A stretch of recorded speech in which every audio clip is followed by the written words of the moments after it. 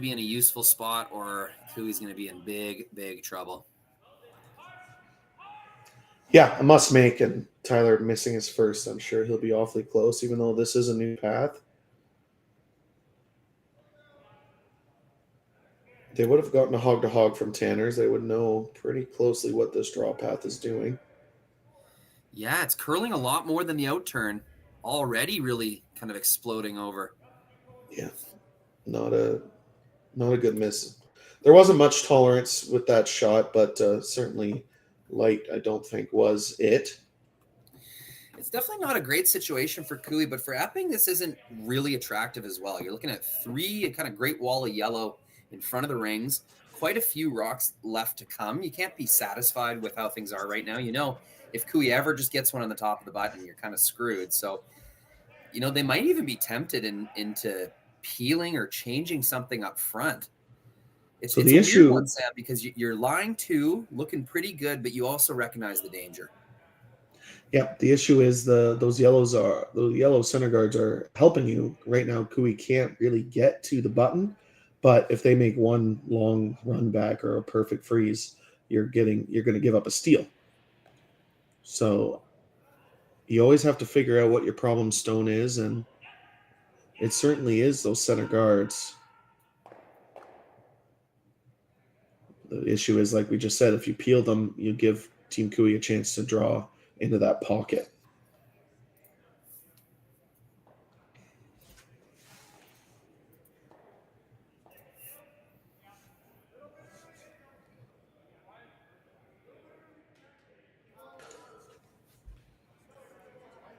I liked the split call, though it looks very difficult.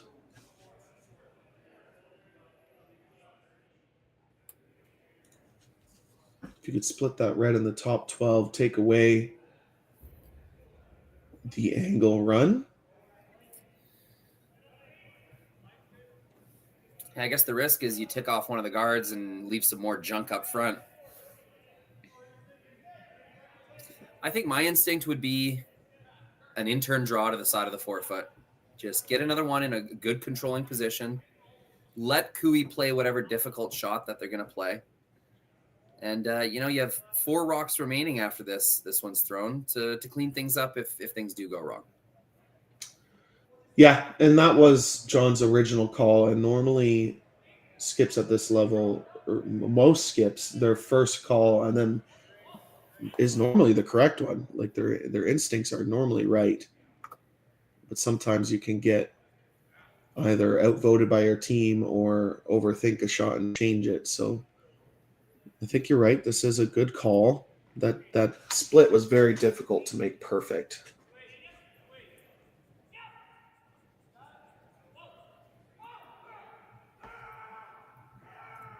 You see lots of ice being given. They definitely don't want to wreck the guard and kind of split it off and give Cooey that in-turn path again. So the miss here is outside. As long as you don't leave an inside roll, you're going to be all right.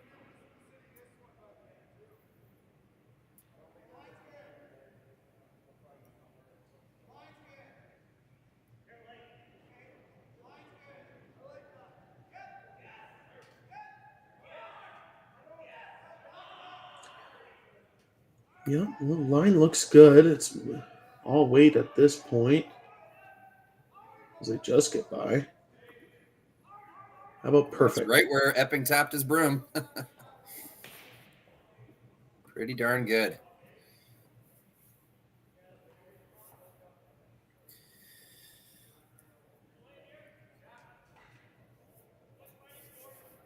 Yeah, Cooey staring at this 4-foot, just hoping it somehow rearranges itself.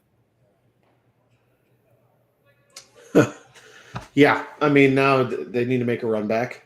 It's just which yellow do you want to run back? The one on the center line doesn't make much sense because it's blocked by the red in the top 12. So it's one of the side yellows need to be ran in. There is a hole where you could get to the shot stone. That would be perfect. That would be a great shot. Do you think you'd ever get a little flop in if you throw like a normal weight hits down that outturn path? I don't think so. No, I think the best you can do is nose. maybe roll a centimeter or two to the inside, but you won't be shot. And I bet you lose the back yellow as well. Yeah. So I do think this is the call. Over curls, you hit it on nose. You're not in the worst place, but if you can make it perfect, you could be shot stone on the button. There is a little hole there.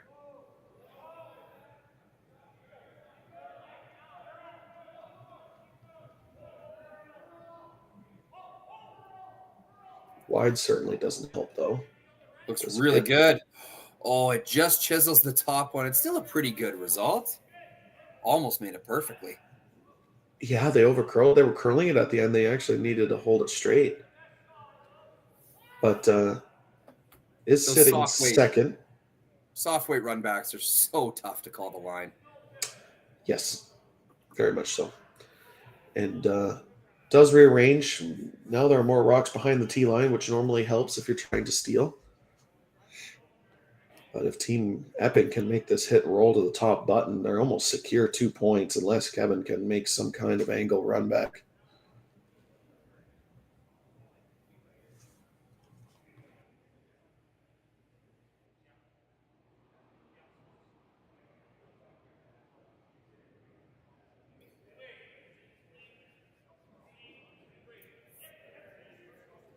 Just catching up on some of the chat here.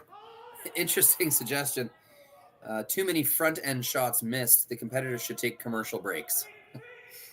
Little break between ends, you think might help the front ends, maybe? Well, leads don't get enough love anytime because most streams and even on the Grand Slam, they need to run ads. It's how the companies make money, but the lead shots get missed. That's why I do like that we do show it on part of the screen during our commercials. Same with Grand Slams. They're doing that as well now, but leads throw the most important rock to set up the end. This needs to curl just a little bit. Oh, they overcurled it. Still a good shot. Yeah, it's still in a really useful spot, but I think another few centimeters of roll would have been really nice.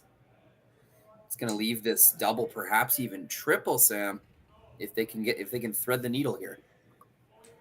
Yeah, you need to throw a bomb peel weight shot through the hole. It could circle around to get all three reds.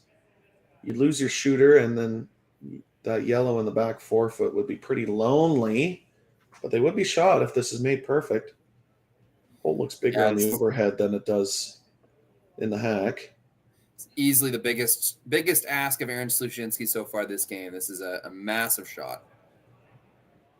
Yeah, no tolerance. 1, 2, 3. Rolls up and out, and it is yellow. Shot rock in the back of the forefoot. That's a big shot in a big moment from Aaron Sluchinski. Yeah. As we see the replay here, if you wick off one of these guards, you're most likely going to give up 3 or 4 this end. And the fact that he got rid of 2 and ended up being shot stone in the back forefoot really does change the optics of the end.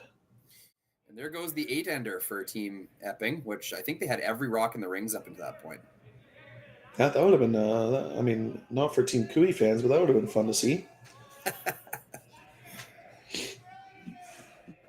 Now, how does Team Epping get to that yellow in the back? Do you throw a bullet through the hole and pick it out?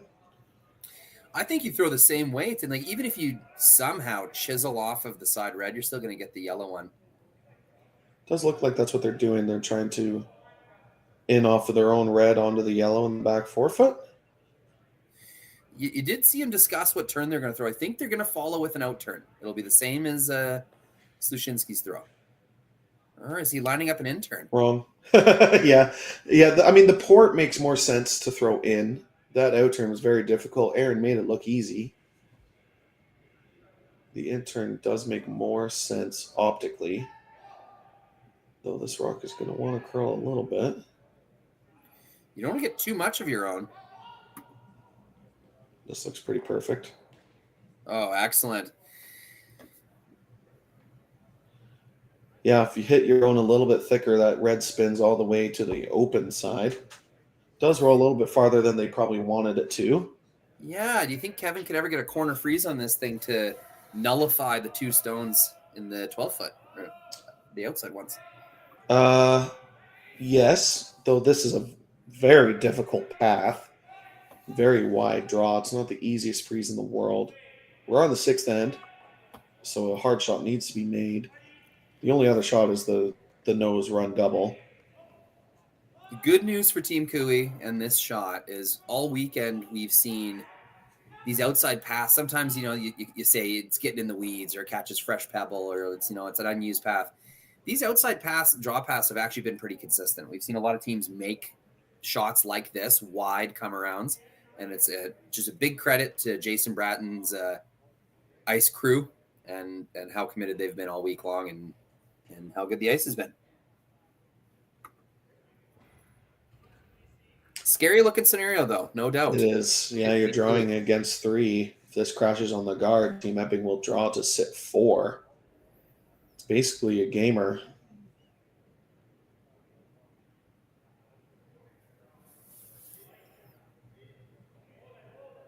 Kevin, obviously known for his high weight hitting ability.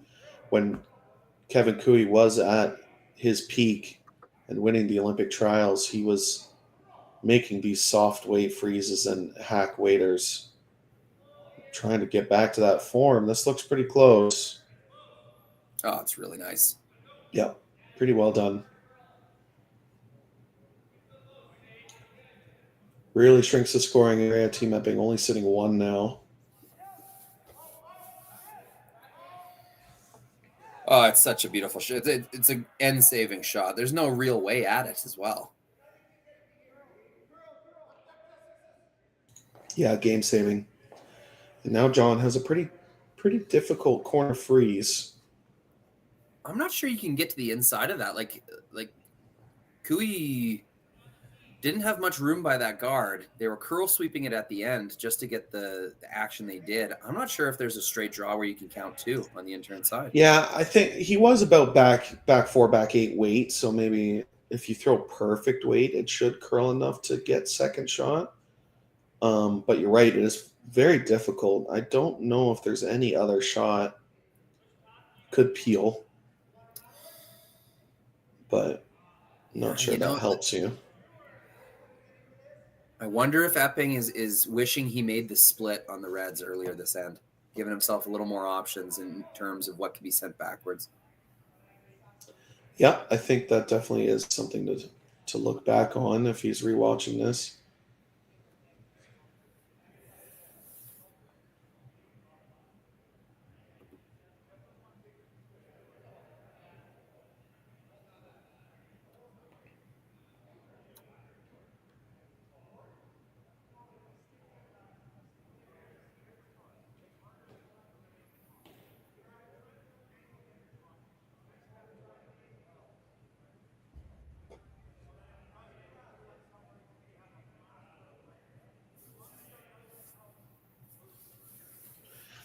Yeah, certainly decision time. There really is no other way to the 4-foot. I certainly like the peel if you can make it without leaving an easy double to sit 2 and not leave a double back. Like sending this rock back or just peeling the guards? Yeah, peel kind of the wick tick effect that we saw Jay Corrigan do. This does kind of go towards the rings if he makes it perfect. But the guards are your problem. You want to make sure you score. Yeah, I think just hit the outside one. If you hit the inside one, you'll wick tick, but it'll roll. It won't roll towards the center.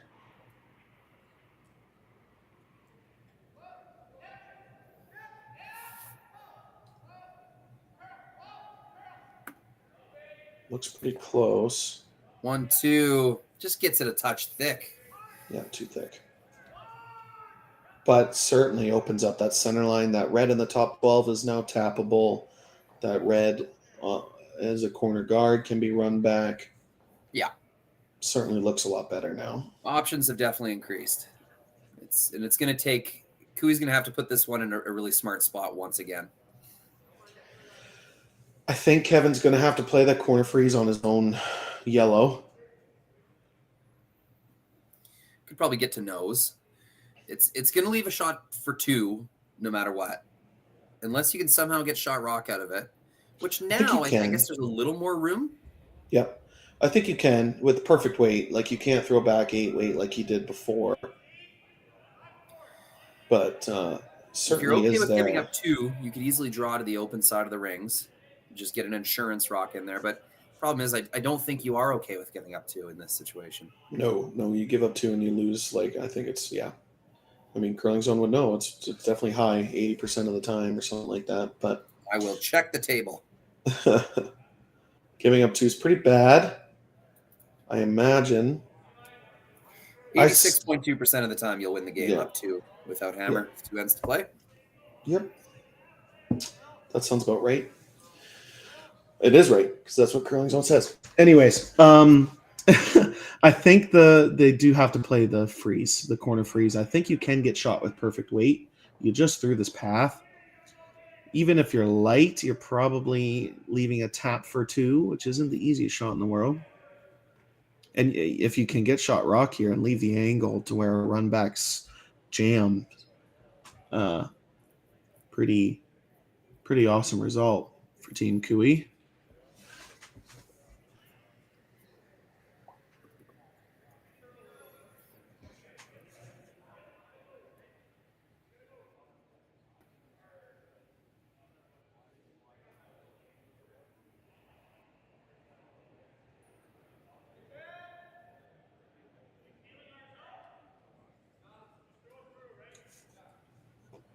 So Matt Dunstone takes 4 and 6 to go up 7-3 over Brad Gushu.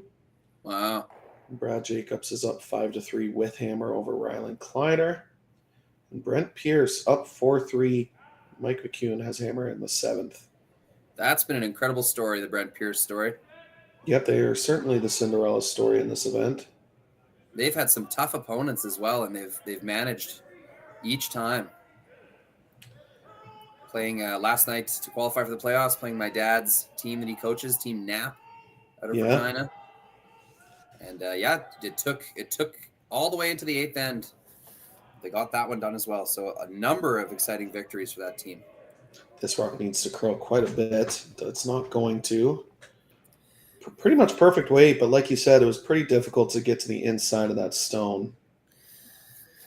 Well, you know what? The positive way of looking at this is there's going to be they're only going to give up 2. So, well, yeah. The way this end was looking was it could have been a game-ending score for Team Epping, but now it's just going to be a shot for 2, and not a super simple one either.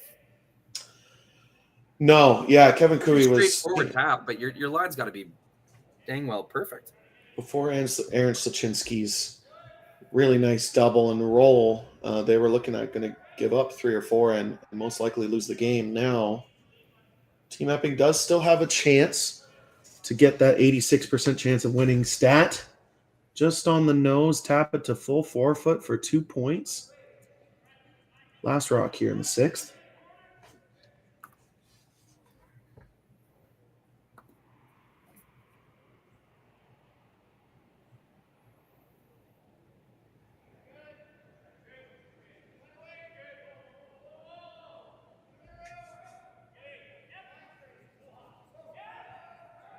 Pretty difficult shot. The line needs to be perfect. Oh, and this rock took a right turn. Really slowed down as well. Yeah, I'm wondering what happened there. The sweepers were definitely tricked. Yeah, well, that is our last rock. Team Epping takes 1, goes up 3-2. Team Cooey will have hammer in the 7th when we come back. We asked Saskatchewan what they know about 5G. More speed, more innovation. It's going to make our lives a whole heck of a lot easier. This is what 5G looks like. Better, faster. Sounds like one more G. Sounds pretty good. I don't know what it means. All you really need to know is the future of 5G is here and will continue improving through investments in network technology.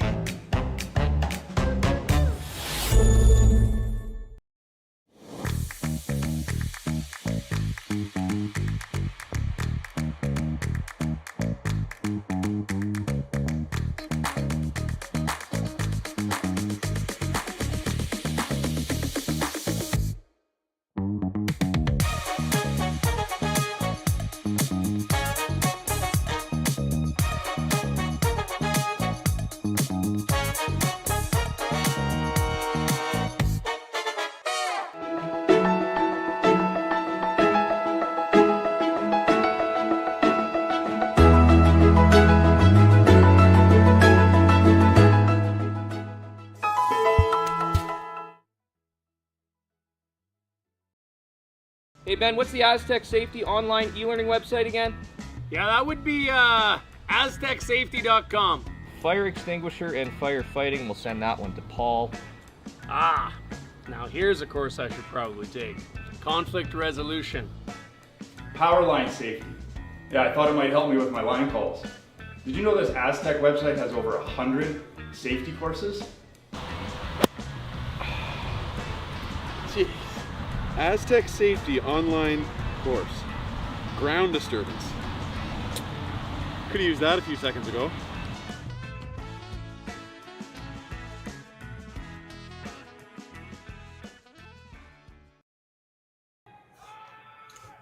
Welcome back, everyone, to the RBC Dominion Securities Western Showdown. Here in Swift Current, Team Epping up 3-2 after 6 ends. Team Kui does have hammer in the 7th, and this is interesting situation that you see a lot of times in Tier 1, Tier 2, all levels of curling. Is up 1 without and 7. How do you play it? Yeah, those are frustrating ones to kind of mentally get over. You know, you had a huge end brewing, and you know you had a makeable shot for 2. Both of those things didn't turn out, the huge end and the shot for 2. So to reset mentally and kind of approach this next end, that's what divides the pros from the amateurs.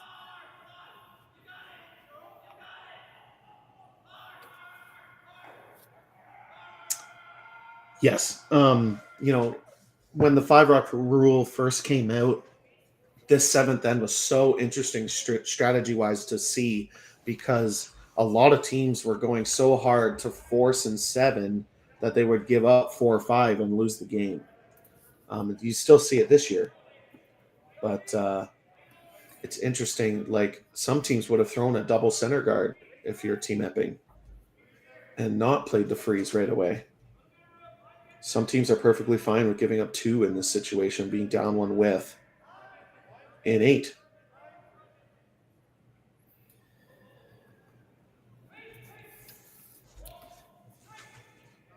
Yeah, you think Kui's going to go for the points. You don't see a lot of teams playing for the blank right off the hop. Yeah, you really can't. Yeah. Not with the 5-rock rule.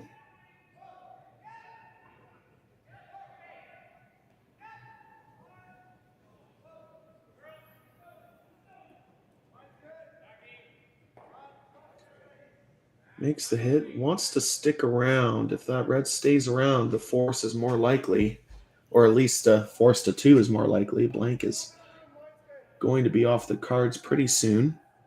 Obviously, with their hitting ability, you can never call it too soon. But it's the 6th shot of the end. They're not peeling. It's game on. Yep. A lot of made shots the first 4 or 5. In this game, there's been at least 1 miss by now. Everyone's been kind of making their shots so far. So it's a different looking end than we've seen.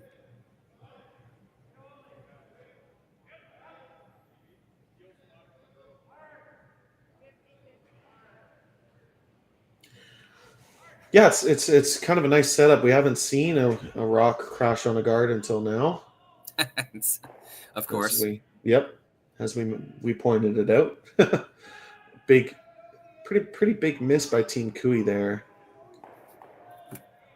As, like we said, the blank is basically not going to happen anymore.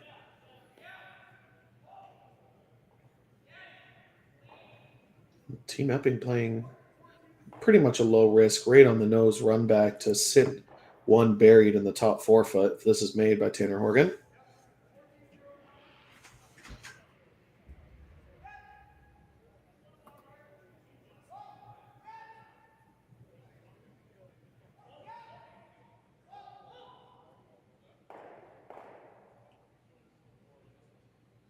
And perfect. Wow. Does stick around, but still a great shot. Overswept it by a hair, but still sitting 1 top 4 foot. There is a hole, not an easy one. And a center guard. So far, definitely advantage Team I'm seeing a lot of red rocks and not a lot of yellow ones. So it's Cooey's kind of. They're going to have to take the initiative and really make something happen here. Interesting that they're completely leaving the guards as they are. Yeah, definitely could have made a run back or a double peel and opened up the front. But right now, looking like they're going to be forced. Need to make a pretty delicate shot through the hole and roll behind the current red corner guard. Missed the sweep again. Yeah, that curled late on them. Yeah, and we've seen that all game, haven't we? Sweepers and line callers getting just kind of a little tricked. Like, there's just a little element of grabbiness in the ice this morning that hasn't really been there for the rest of the tournament. So the teams are definitely struggling to adjust to that, and it's unpredictable. You don't really know when exactly it is going to grab a little more. Challenging.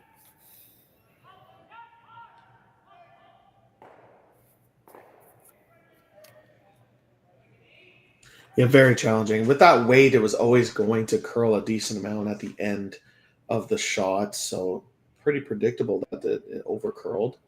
But now Tanner has basically the same run back, just off nose. I would love for this to roll to the center line, get rid of the corner guard, and be buried behind the center guard.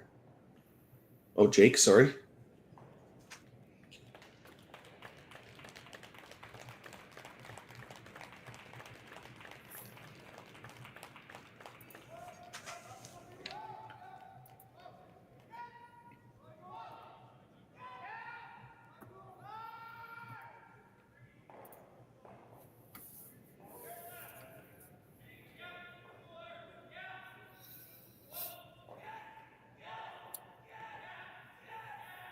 Splits him up. Doesn't leave a ton of options for Cooey on the wings, but it is an open house to draw to if they so wish. Yeah, Cooey's going to be tempted into bringing that biter into play. What a tough call, though, and it's going to be a pretty simple double back. Yeah, no matter how you hit this, it's going to be a pretty simple double. You can roll in front, sit two, but anything just off nose for Jake Corrigan will make the double and probably roll behind the current center guards. But I think I'd be tempted to draw. Save this hit for later. This seems so hard, and it really, the reward doesn't seem that big. No. Seems. Again, I'm an amateur. These guys know exactly what they're doing. Yeah, this is going to overcurl and jam. And kind of like you said before, what we've been seeing from Team Cooey this game, just a little bit off.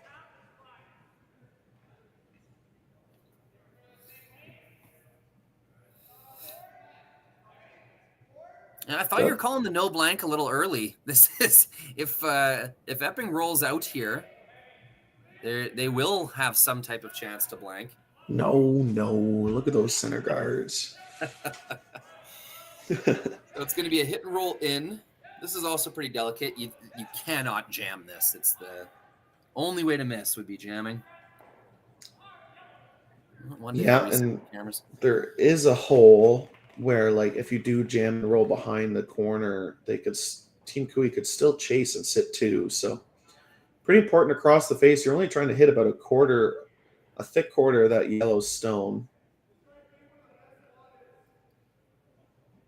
For Jay Corrigan.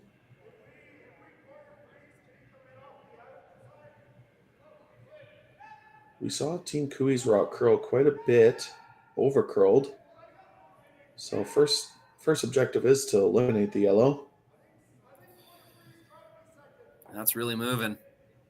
Will his soft weight save him? No, that's going to roll right out of the rings.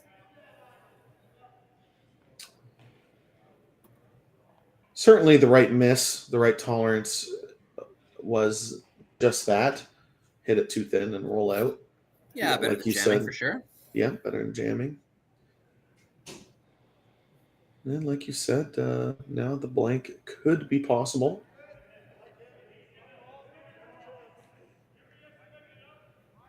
I agree with Kevin. If you hit and roll to the 12-foot, John probably is drawing to the top four.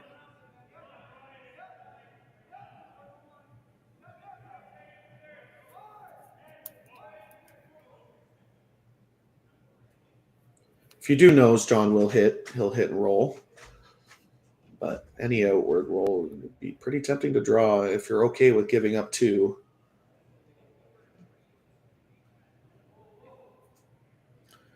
And these teams have these conversations in the middle of summer, wondering what situation they like better, whether it's down 1 with or up 1 without. Most teams like down 1 with, but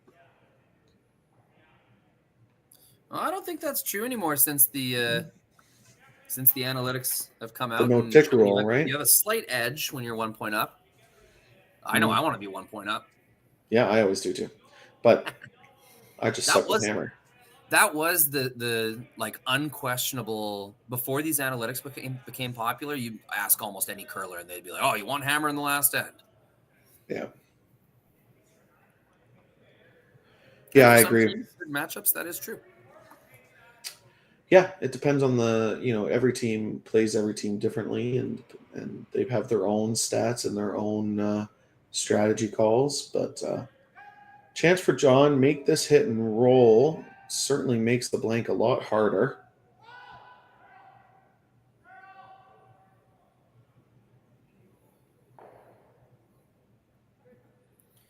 Doesn't quite roll enough, It's a big reward, like especially you could roll really anywhere under those guards, and it makes a blank a really tough throw. Yeah, it does roll to a spot where it's tough for Kevin to roll under the guard. So if he does hit, he's going to roll outwards and give John the same hit and roll on his last. Admittedly, I got confused about how many rocks are left. I thought that was Epping's last. That's okay. I'm here. Keeping track. Not exactly sure what they're talking about. Maybe talking about drawing the top 4 foot. Even though the last 2 calls were basically saying you want to blank. We have seen Kevin flip-flop already a couple of times this game, strategy-wise, in the middle of an end.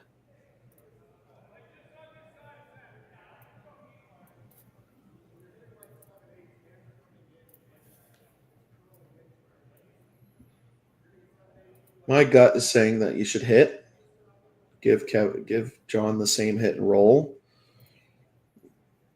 Gives you a chance to blank.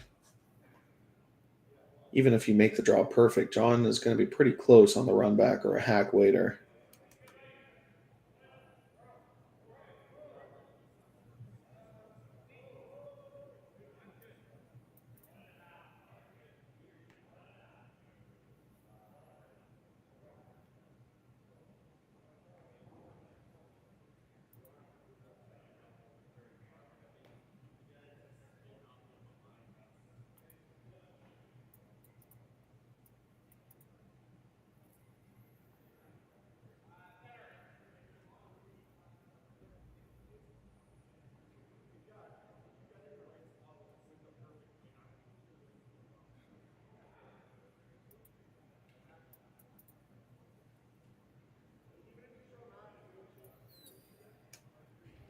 Yeah. I think if you hit and roll open, you've given yourself a pretty good chance at a blank. I mean, Epping will have that same roll under. Yeah, I'm not taking a ton of ice here either. It has been pretty straight with hit weight out there.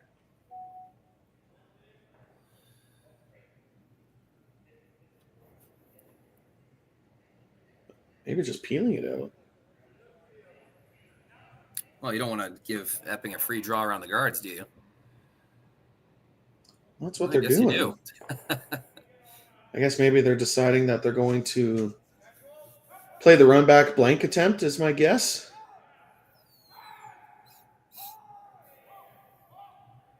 They did think about it for a bit there. Maybe their fear was, Sam, if they roll open, maybe Epping goes pretty aggressive and makes a draw anyway.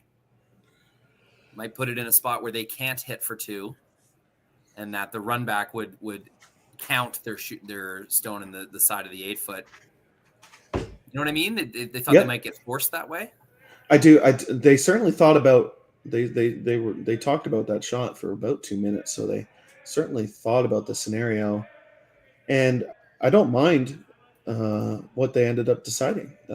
Kevin will be able to make some sort of run back blank attempt, and at worst give up one. And I guess they deciding that being down 2 width isn't the end of the world is my guess.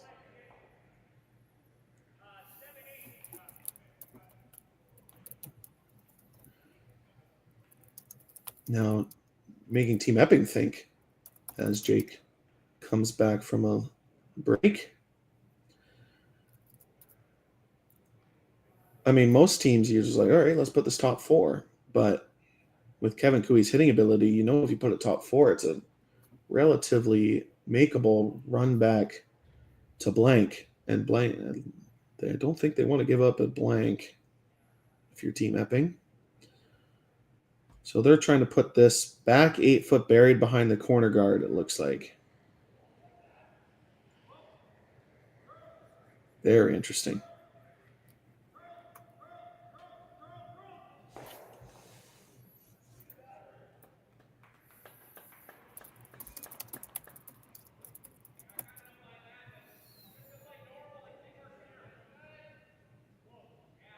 Big shot from John Epping. To get a force here is going to really put him in the driver's seat. That's what they're going for. Sweepers on and off of this. They like it. Might have to get some late curl.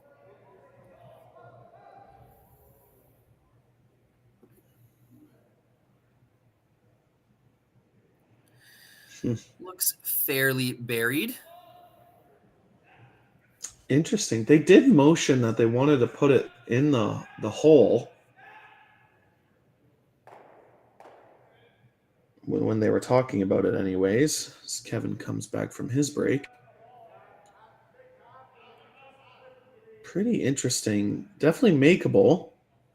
That hole is a rock, just over a rock's width. And it is Kevin Cooey's out turn. His favorite shot.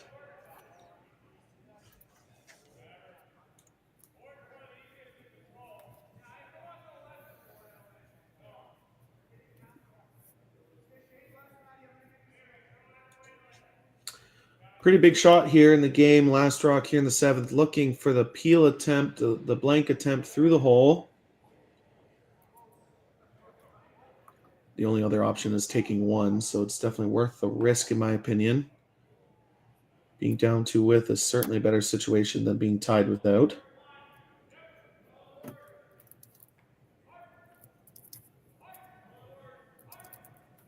As Kevin peels the hood off, gets ready to throw his last rock here in the 7th.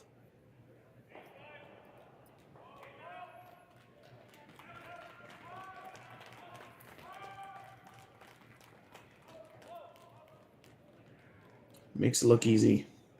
Hand goes up from Slushinsky. And they didn't play for a blank, but a blank is what they got. Yeah, well done from Team Cooey, keeping hammer. Team Epping takes a 3-2 lead, headed to our 8th end when we come back.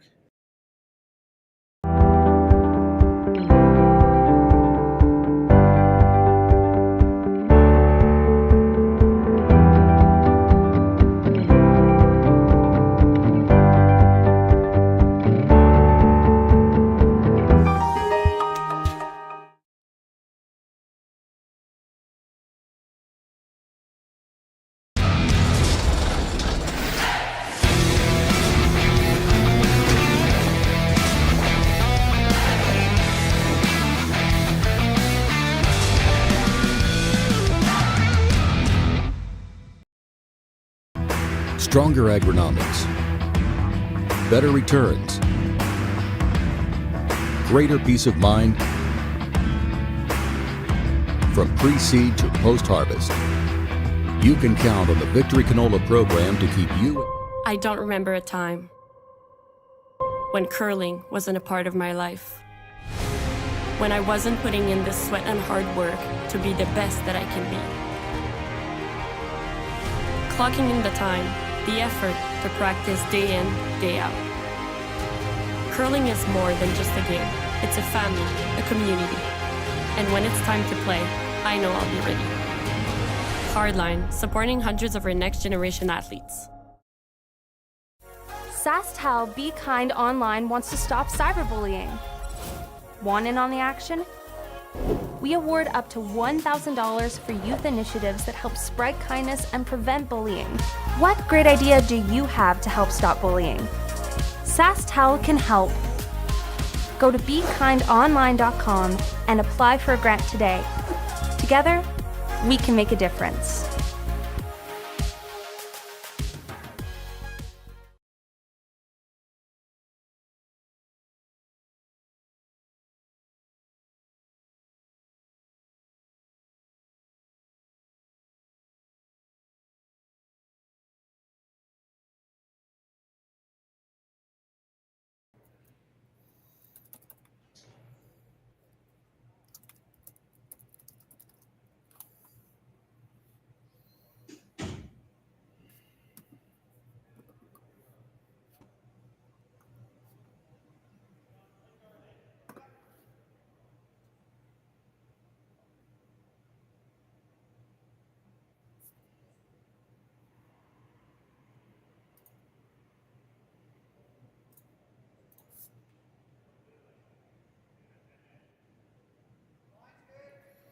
We are back, 8th end here. Team Epping with a 1-point lead over Team QUI. QUI finds a way to blank the 7th to retain hammer into this 8th end of the quarterfinal here at the RBC Dominion Securities Western Showdown. Yeah, he certainly knew better than we did playing that hit and roll on his first rock. Did get, I mean, I wouldn't call it lucky, but Epping's rock does end in the hole, and he makes a great blank attempt to keep hammer in this 8th end. You know, Sam, I thought he was really scared of Epping, like making an aggressive call to try and force him. I don't know. I think Team QUI was thinking about the situation a lot harder than Team Epping was. I think Epping was pretty happy just chasing him around the rings. QUI got afraid that Epping might ignore his stone in the wings and draw underneath to attempt to force, but not sure that was ever in the cards. But I guess we'll never know. Yeah, it's certainly interesting. Well, and as you said, the stats say being up one without is slightly better. So maybe Epping not worried because they were in a good spot either way. Just to give credit and some context to those analytics, like those analytics are taken over the entire tour season. Like, you know, my team would be contributing to those on like my SAS tour events. And the reality is I'm going to go out there against QUI and have trouble scoring even 1 point. So the analytics are based on a very broad data set with lots of tour teams. Elite versus elite, those numbers change quite a bit. Yeah, they do. So as we say, you know, it's better to be one up without, and like the stats are slightly better. Just keeping in mind, elite teams versus elite teams, they have their own little metrics that they're using to make these decisions. Yeah, I had the privilege of playing the U25 next gen spiel last year, and got to sit in a meeting talking about stats with Curling Canada, and yeah, the stats, it's actually quite different at the elite level, playing elite versus elite, like you just said, compared to our tier 2 or tier 3 level curling that we play. So very interesting. Unlucky for Tanner's first rock there. Wicks off, a definitely advantage Team QUI if you can make this tap and roll under. Just to reference one of those decisions, Sam, we just saw the Grand Slam of curling, one of the most thrilling moments in recent competitive curling memory in St. John's, Newfoundland, where Team Jacobs chose to give Gushu 1 point in the 7th end to retain hammer in the 8th tied up. They could have very easily scored a single point, went 2 points up, and according to our analytics chart, that would have given them a much better chance of winning. But just knowing their opponent and knowing the strengths of their opponent and all that good stuff, Team Jacobs, after a lengthy discussion, decides to, intentionally give up a single point to Team Gushu. And anyone who is watching on TV or listened to the highlights, the crowd was not pleased with this decision, and the Boo Birds came flying, Sam. I loved it. I loved every second of it. I think curling needs more fans like the St. John's fans booing and cheering on their favorite teams. It's just like in any sport. There are some dedicated fans, and Team Gushu has some dedicated fans. So it was fun to watch. And for Brad Jacobs, I liked the call. It wasn't an easy shot for one. They could have hit and rolled in for one, but keeping hammer in the 8th against the hometown favorites and making a pretty simple hit and stick for one to win that game was certainly fun to watch. Oh yeah, the Newfoundland curling fans are the best in the country. I can say that with confidence. I think curling's home used to be on the prairies here in Western Canada, but the East Coast has been putting out these last few years, and it's tough to beat that atmosphere that St. John's created. Yeah, I mean, and it even kind of goes back to the Brier that Gushu won in St. John's. Just how loud that building got when they made the shot to win the Brier was just incredible. And I think you're right. I think Team Gushu definitely has the most hardcore fans, but those fans will be a little bit upset as they lose 7-3 to Matt Dunstone in the quarterfinal after 7 ends. And another finals, Brad Jacobs beats Rylan Kleider. So another Saskatchewan team eliminated. Brad Jacobs winning 9-3. Do you think Team Kleider has the betting favorite going into the Saskatchewan Tankard? With no Team McEwen there, you got to think so. Yeah. Mm-hmm. There'll be a few top teams duking it out at the SAS Tankard. Hopefully I'm one of them.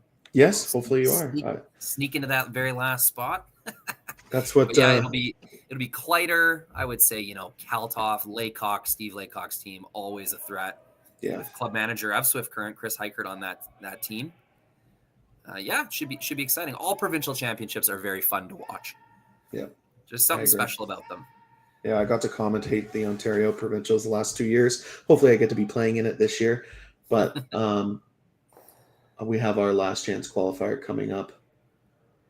Just want to welcome all the fans from those quarterfinal matchups that you said we're just wrapping up. Looks like our views just took a big old bump as people were finishing up those games and joining us here. Welcome. My name is Rory McCusker. I'm with Sam Steep, Curling Stadium. We've had a back and forth battle. Team Epping, I would say, has had the edge. A couple ends that looked like they could have been really big ends for Team Epping, Sam, but some heroics by Aaron Slusinski in the 6th end and Kevin Cooey saves that end, and they end up forcing Team Epping to win after it looked like they were going to score a pile. Yeah, I've been pretty nitpicky against Kevin Cooey's strategy pretty much all game. Called some interesting strategy calls, but the fact that they're down one with, they put themselves in a winning situation, and they're currently about to draw to sit 2. One top 4 foot here for Aaron Slusinski. As they have been all end, they've sat 2, Epping gets rid of 1. They sit 2 again, Epping gets rid of 1 of them. So this trade, if it continues on to the end of Skip Stones, is going to result in a Cooey win. So something's going to have to happen for Team Epping to reverse this trend. And you know what, Aaron is going to miss inside once again, Sam. We've seen him tick. That's, I think, the 3rd guard of this game that his draws have collided with. Yeah, I think it's a mix of 2 things. I think his rocks are curling a little bit more than Tyler's and Kevin's. So Kevin is getting a little bit fooled on where to put the broom down for Aaron, considering that's, like you said, about the 3rd stone Aaron has wicked on the center line this game. Geez, I think you got to make the double here, hey? It still leaves a pretty open ring. Cooey's got 3 stones left. He can easily hide them in pretty good spots, but I think you got to get rid of these 2 yellows, don't you? Yeah, if you try to play the hack weight, hit and roll under, the yellow might still be shot once it jams in the back.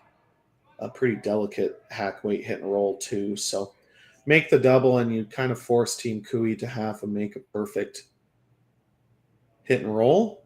And as you said in the chat, Lindsay, Brent and Mark watching on the inside of the glass, that would mean to me that they play the winner of this game.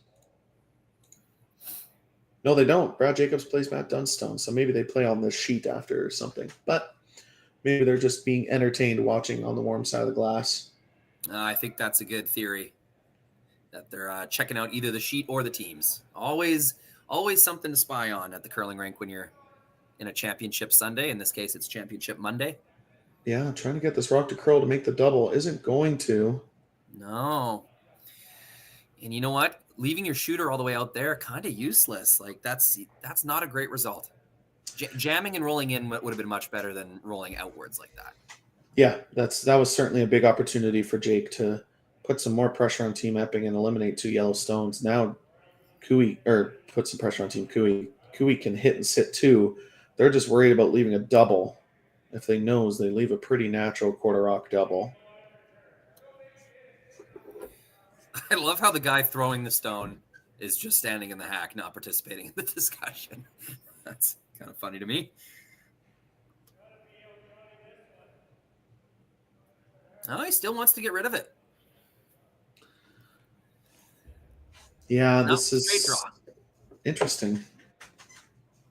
I guess it's Oh, go ahead. Sorry. No, I thought they were playing the hit. That would have been an interesting call, but they're playing the draw. They are switching, and they had to. They are switching paths, going to the other side of the sheet. See, those little broom taps, it's kind of like a Skip's way of thinking out loud. They're just sort of testing things out. Maybe if I visualize with my broom here, okay, no, I don't want to do that. Little tricks the commentators, if nothing else. Yeah, I wouldn't want to be a coach sometimes, especially for Mike McEwen. His broom just flies everywhere. That really slowed down in a hurry, Sam. Like the sweepers thought that was heavy, and it ground to a halt almost perfectly in the top 4. Yeah, it's a pretty great shot. Sitting 1-3 right now, and finished perfectly top 4 buried. Going to be really hard to chase. John either having to make a double run back or throw a very delicate backline tap. I think that in-turn curls enough. You can get almost to nose. I'm not even positive you have to tap it all the way back. I think if you just give yourself a good one right on the center line, knowing that you'll likely tap it again on your next one.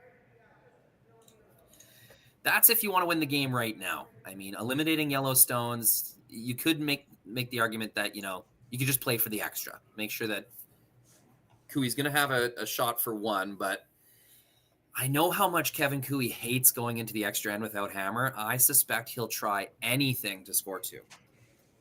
That's what we've seen in the past. Yep, I think you're right. I love this double run call. Just off nose, out down the center line.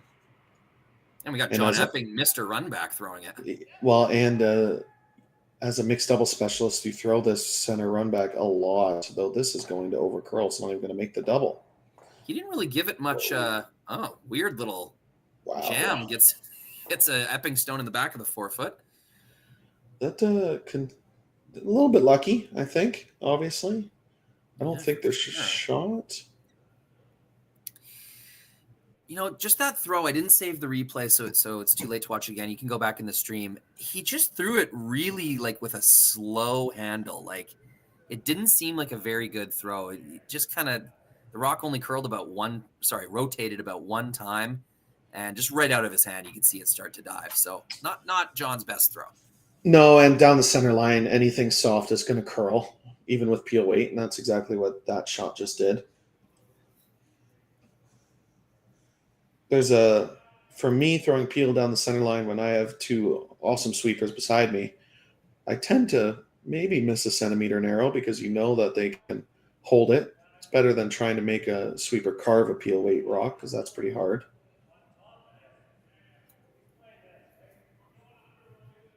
Us skips can cheat a little bit when we have good sweepers in front of us.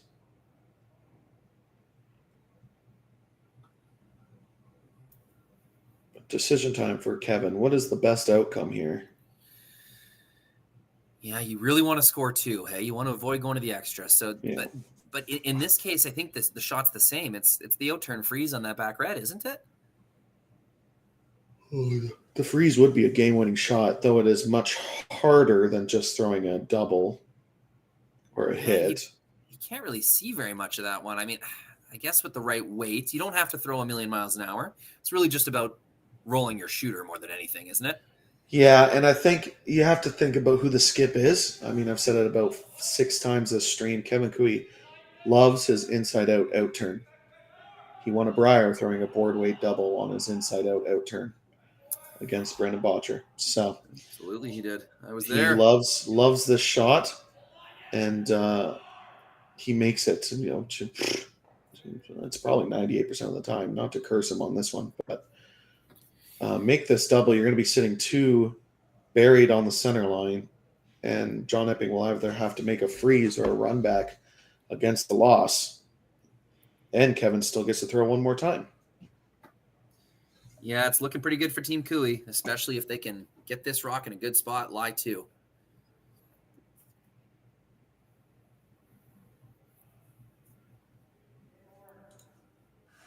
Yeah, big shot here, obviously. Looking for a little bit more ice. I guess he's not throwing a ton of weight, maybe just playing a hit and freeze.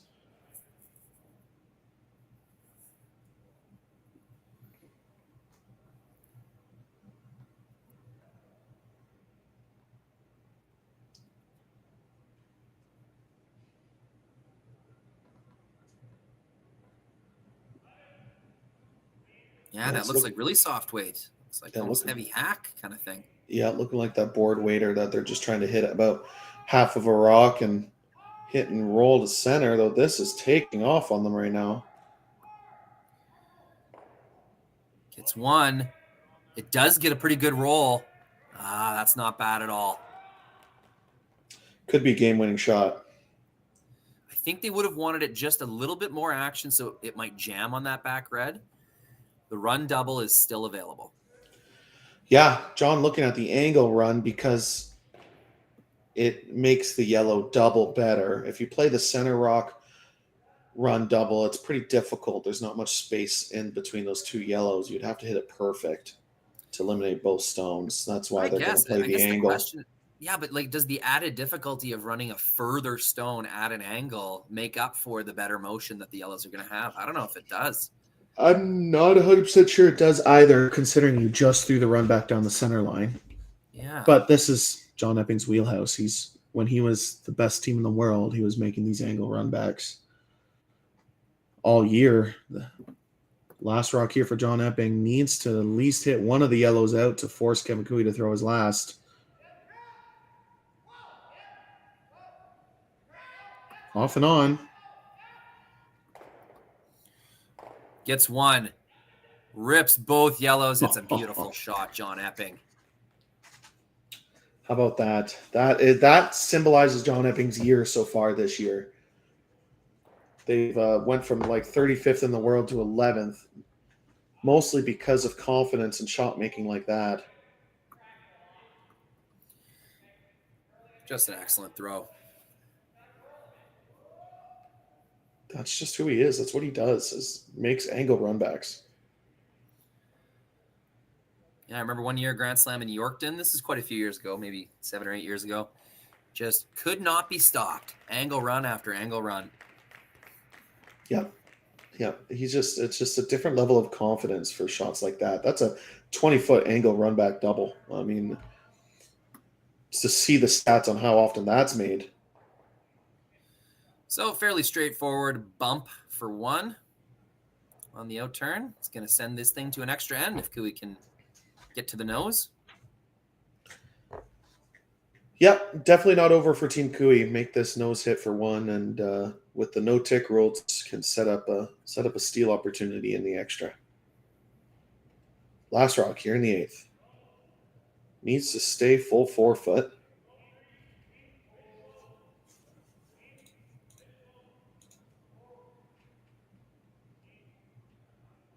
Sweepers haven't touched this yet. No, the broom goes down and makes the nose hit for the extra end. As we do have another final, Team Brent Pierce beats Mike McEwen 6-5. Another upset in the Cinderella story. This event continues for Brent Pierce. Wow. And they will play the winner of this game. Team Epping will have hammer in the extra end when we come back.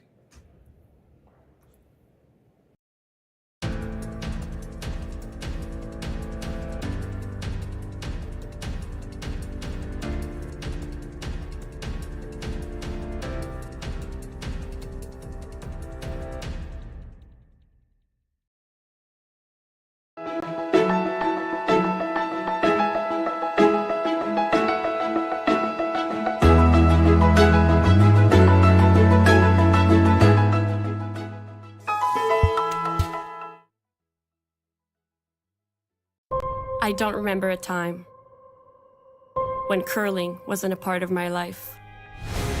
When I wasn't putting in the sweat and hard work to be the best that I can be.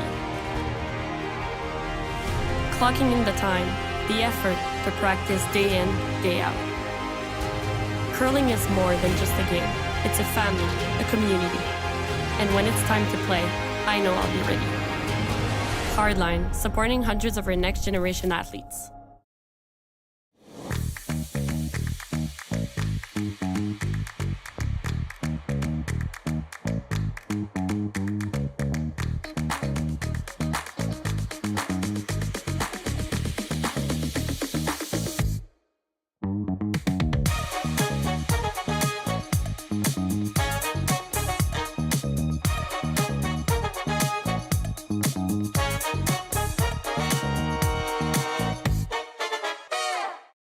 We asked Saskatchewan what they know about 5G. More speed, more innovation. It's gonna make our lives a whole heck of a lot easier. This is what 5G looks like. Better, faster. Sounds like one more G. Sounds pretty good. I don't know what it means. All you really need to know is the future of 5G is here and will continue improving through investments in network technology. Welcome to the RBC Dominion Securities Western Canadian Showdown. We're very proud to sponsor this event for our community and surrounding area. We wish everyone good curling and best of luck. Welcome back, everybody, to the RBC Dominion Securities Western Showdown. I'm Sam Steve, joined with Rory McCusker here in this extra end thriller. Team Epping has Hammer tied 3-3 in this extra end. The winner of this game will play Brent Pearson in our comment section, saying that he made two great shots to win that game over Mike McEwen. Welcome if you're joining us from that stream. Yeah, the Pierce team's been incredible to watch. Just excellent draw weight shooters, and I've seen a few of their games. They play a strategy that is just balls to the wall. They know they have to make their next shot in order for it to work, and I haven't seen them miss two in a row yet. Incredible sweep from the Horgan brothers there to get that by. That Yellowstone obviously perfectly on the center line. They could not tick it. Little bit of room for Carrick Martin to draw in behind. Yeah, I think they're... My guess is a one center guard right now is what they're going to play, but a one guard zone, which is a super high center guard.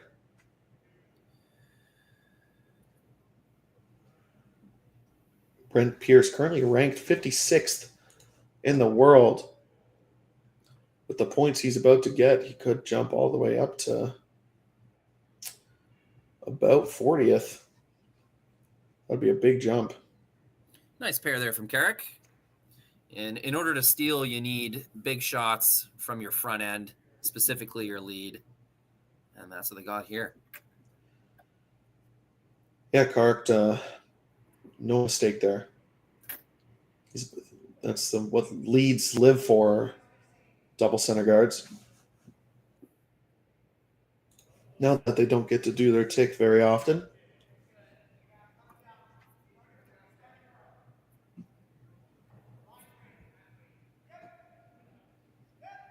Chance for Ian to respond. He put a pretty good rock in the top 8 foot, a little higher than they would like it. Put this right top 4, 3/4 buried, and that's exactly what they do. Pretty good outcome for Ian McMillan. Both leads setting up their teams in this extra end.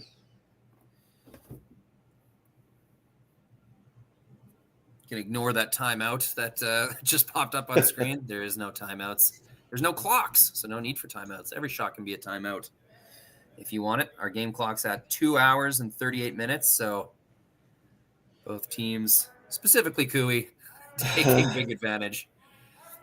The last 3 ends of this game has been quite slow. Both teams, obviously some complicated shots, but both teams definitely taking the use of no clocks to their advantage right now. Both teams not having their coaches here, so no need for using timeouts. I imagine in the rules they probably are allotted 2 timeouts, but No clocks and no coaches.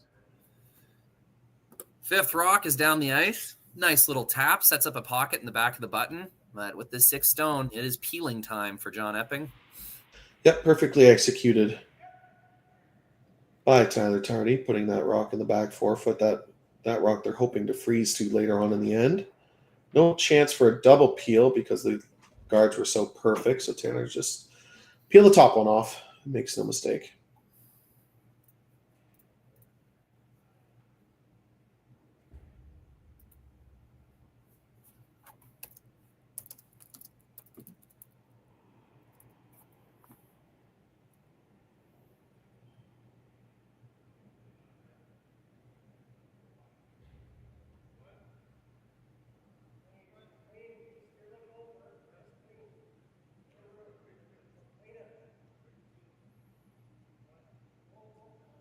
So, Tyler throwing the 1 center guard, put it right back where it was before.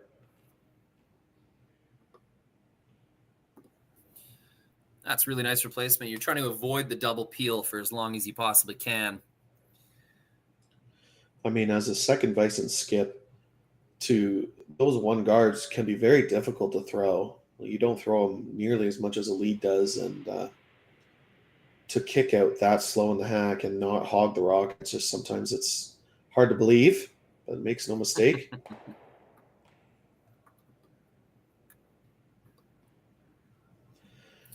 At least a few more guards from Cooey, you would think. Yeah, a little bit of rinse-repeat action here. Yeah, we're going to see. My guess is 2 more center guards, but might only be 1 more. You can't give Jay Corrigan too many opportunities to open up that center. Interested to see the motion on this rock. He's given this a little more rotation than his previous draws. There's been some over curls for Aaron's draws. This one also looks like it does not need help finishing.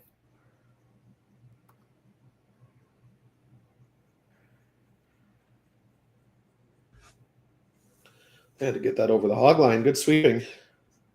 And that rock curled a whole rock more than Tyler Tardy's did. Mm-hmm. With the We've same seen that all game, eh? Yeah. So is this enough of an angle, Sam, where you might take on a double peel? No, I guess with that broom switch, the answer is no.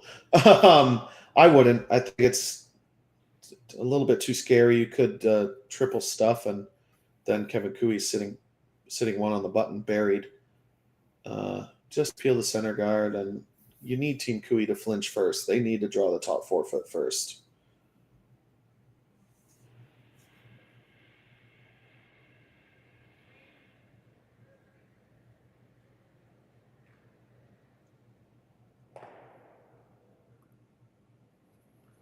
No mistake from Jake.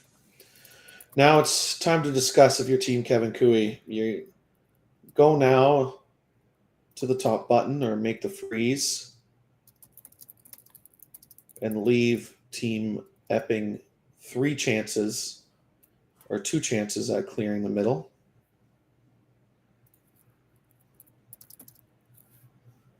Or do you throw 1 more center guard? Well, if we just do the math, like eventually Team Cooey is going to have to draw in to the top of the button, right? And when you do that, you want something in the way of John Epping's response. So, I mean, by that math, you got to keep guarding, right? The risk is Epping beats you into the 4 foot, eventually ignores your guard, and just draws one in there himself. So that will be the decision, I think, for Cooey's first stone. Yeah. Yeah, I like the high center guard, and he just made it. You can pretty much guarantee that Epping will peel this one. So that's more than enough reason to throw it.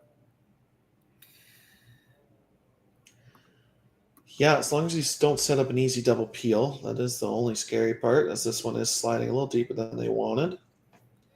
Yeah, separation not quite as good. I think it's worth the risk, Sam. I think you got to take it on. Yeah, I think so too. Just off of about 3/4 of the rock. Roll your Go a shooter long to way. about roll the shooter to about the 8-foot area of a corner guard would be perfect. If we look at the house as well, the angles are quite nice. Even if you stuff this a little thick, that red in the top 12 should go into the yellow as long as you get it on the high side. Low side. Whatever side that it needs to hit to do that. Side. Side. One of the sides. Ooh, little speed wobble. Yeah, a little bit of too much outward motion is going to miss the double peel. Starting to look a little bit like his skipper there. All right, now it's decision time. Kevin's looking at loading up or maybe making this tap. Yeah, he was just lining up the tap. So I guess the reason you wouldn't straight draw on the outturn side is a slash double would be available? Yeah, if you just straight draw, even if you're perfect, John Epping will be able to get rid of all 3 stones with the slash double. If you make this tap perfect, keep this yellow corner frozen on the red, it's going to be in a pretty good spot. John's going to need to make an upweight slash and then going to need to draw the button for the win. This is next 2 shots, if I'm a good guessing man.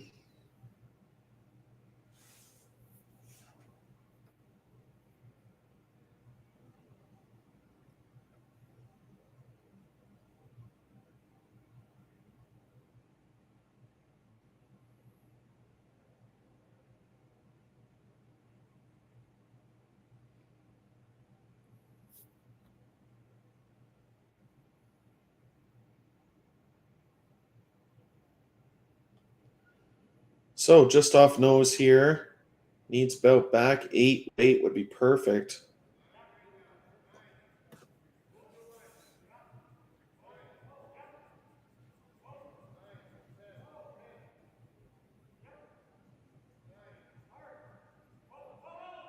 Line looks really close, Sam. And this needs to curl. This looks pretty heavy. It is. They'll get shot rock out of it. It's not a bad result, I don't think. No, curled up just in time. Decision time for John. Do you make the thin double? Or do you make the angle? Or It being his first one, the amount of good that comes from moving the center line stones, I would be tempted by this as well if I was John Epping. There's a way to really hurt yourself here. If you just barely miss and leave some junk up front and leave Kui shot rock. Yeah, I'm interested to see if they're playing the nose, which it looks like they are with that broom placement. I think you want to stick the red one in the top of the button, don't you? Yep, I think so too. I think it's the right call. Right on the nose.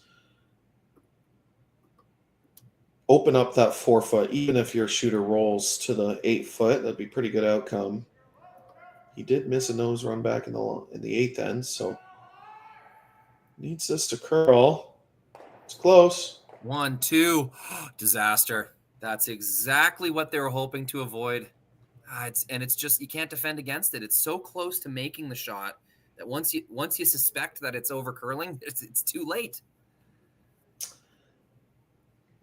Yeah, that's tough. That needed to move another 2. Great opportunity to try and block both shots. I think there's a way to ice the game here, Sam. Like if you put it right where Carrick's broom is, outside of like that super thin double, how do you even get there? And I think there's a perfect spot where you take it all away. That's what they're trying to find. They're trying to take the nose run back away and the thin double away, which would be prioritize the run back, hey? I think you do because he just threw it. The thin double is very difficult, and obviously take the draw away too. That is the only draw path to the button. It's more of a line shot than a weight shot.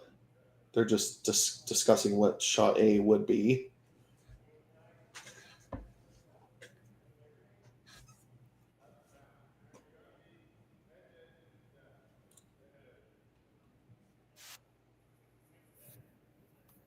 Really exciting stuff. Big fight back from Kui. The last half of this game, we have seen some interesting strategical decisions like just kind of getting us thinking, Sam. Not saying that they're wrong, but just trying to figure out exactly what's in their mind and what their priorities are. And like really these situations where he wanted hammer in the even ends, he wanted to create forces in the fifth and the seventh. It didn't exactly turn out the way they wanted to, but they did have hammer in the eighth end. And now here in the extra, they've played a really smart end, gave themselves an opportunity to create that jam, that situation. Getting shot rock was a challenge enough. And now a shot to more or less win the game is available. There is a perfect spot that Kevin can put this. It's going to lock off the scoring area for John Epping. Yeah, perfect spot being, top 8 foot, top 12, even a 3 guard, right in the gap in between the red and yellow stone that takes away the draw, takes away the in off, and probably only leaves the run back. It's very difficult to take all 3 shots away, but they're trying to do it.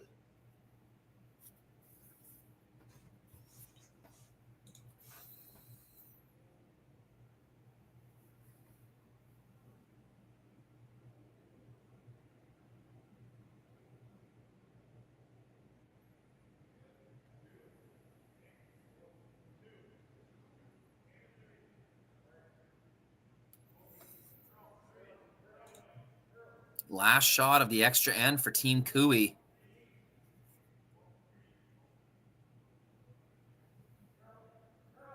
This is definitely lighter than they were originally hoping for. Had to manage the line though, Sam. Yeah, I mean, Team Epping had 3 shots. They had the double, the draw to the button, and the run back. It was very difficult to get rid of all 3. That guard gets rid of the double and the draw, and probably gives John the hardest shot, which is a just off nose run back. Needs to stay in the 4 foot for the win. Needs to stick it for sure. Going to have to come pretty close to that yellow in the top of the rings. Yeah, and as you saw in the 8th, John makes a great angle run back to force this extra end. Now needing to make a just off nose run back for the win. Last rock here in the extra.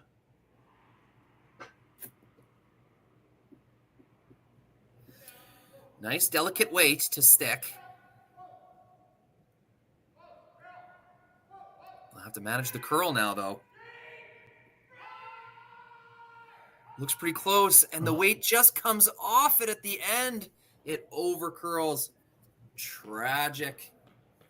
So close, but no cigar. Yeah, big win for Team Kevin Cooey to stay alive in this playoffs. Congratulations to them. They will play Brent Pierce in our semifinal.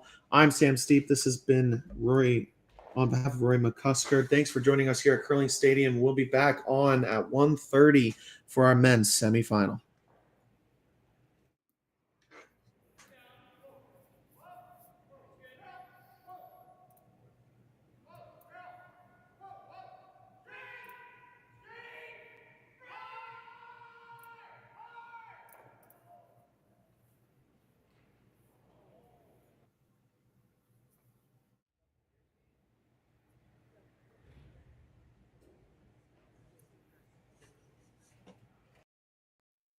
Handcrafted in Canada, Hardline's ice pad has revolutionized curling for over a decade.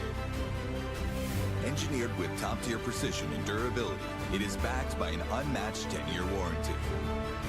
Designed for curlers at all levels to sweep effortlessly with maximum efficiency, it is trusted by the world's best curlers, including Olympic and world champions. It is quite simply the best broom in the game. Hardline. Join the revolution.